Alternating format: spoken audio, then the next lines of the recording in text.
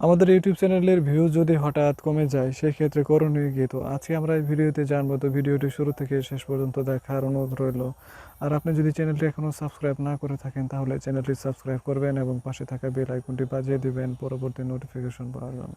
তো আপনি যদি আপনার চ্যানেলে অনিয়মিত ভিডিও আপলোড করেন সেই ক্ষেত্রে কিন্তু আপনার ভিউজ কমে যেতে পারে। আর আপনি যদি আপনার চ্যানেলে প্রতিদিন যদি ভিডিও আপলোড করেন তাহলে সেই ক্ষেত্রে কিন্তু আপনার ভিউজ বেড়ে যাওয়ার সম্ভাবনা থাকে। তো অবশ্যই আপনার চ্যানেলটিকে যদি আপনার চ্যানেলটির ভিউজ যদি স্বাভাবিক রাখতে চান, ভিউজ যদি বাড়াতে চান, তাহলে অবশ্যই আপনাকে একটা নিয়ম মেনটেন করে আপনাকে ভিডিও আপলোড করতে হবে, প্রতিদিন ভিডিও আপলোড করতে হবে। আপনি যদি এক টাইমে যদি আপনি ভিডিও আপলোড করতে পারেন, মানে নির্দিষ্ট একটি সময় যদি সেই ক্ষেত্রে ভিডিও আপলোড করতে পারেন, তাহলে কিন্তু ভিউজ আসার সম্ভাবনা খুবই বেশি থাকে।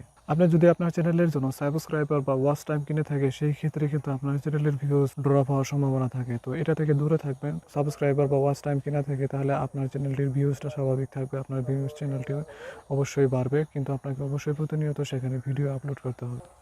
তো আপনার চ্যানেলের হঠাৎ যদি ভিউজ থেমে যায়, আরেকটি কাজ করতে পারেন, অর্থাৎ আপনার ভিডিওর যে টাইটেলটা রয়েছে, থাম্বনেলটা রয়েছে, তারপরে ট্যাগগুলি রয়েছে, ডিসক্রিপশন রয়েছে, আপনি যদি এগুলি চেঞ্জ করে দেন তাহলে কিন্তু আপনার ভিডিও ইউটিউব আবার নতুন করে ইমপ্রেশন করবে, মানুষের কাছে পৌঁছে দেবে। এরপর নতুন করে আবার যখন কেউ সার্চ করবে এই বিষয়ে, আপনার বিষয়ের উপরে, তখন কিন্তু আপনার ইউটিউব এগুলো সার্চে দেবে। তো আপনারা যদি এই কাজটি করেন তাহলে ভিউজ আসার একটা সম্ভাবনা রয়েছে। তো আপনারা এই কাজটি করে দেখতে পারেন। অর্থাৎ ফ্রি চ্যানেলগুলিতে, যে চ্যানেলগুলিতে ভিউ হয় না, তো আমরা যে কথাগুলি এখন পূর্বে যে কথাগুলি বললাম, এই কথাগুলো অনুসরণ করে যদি আপনার চ্যানেলে যদি কাজ করতে পারেন তাহলে আপনার চ্যানেলে ভিউজ আসার সম্ভাবনা রয়েছে।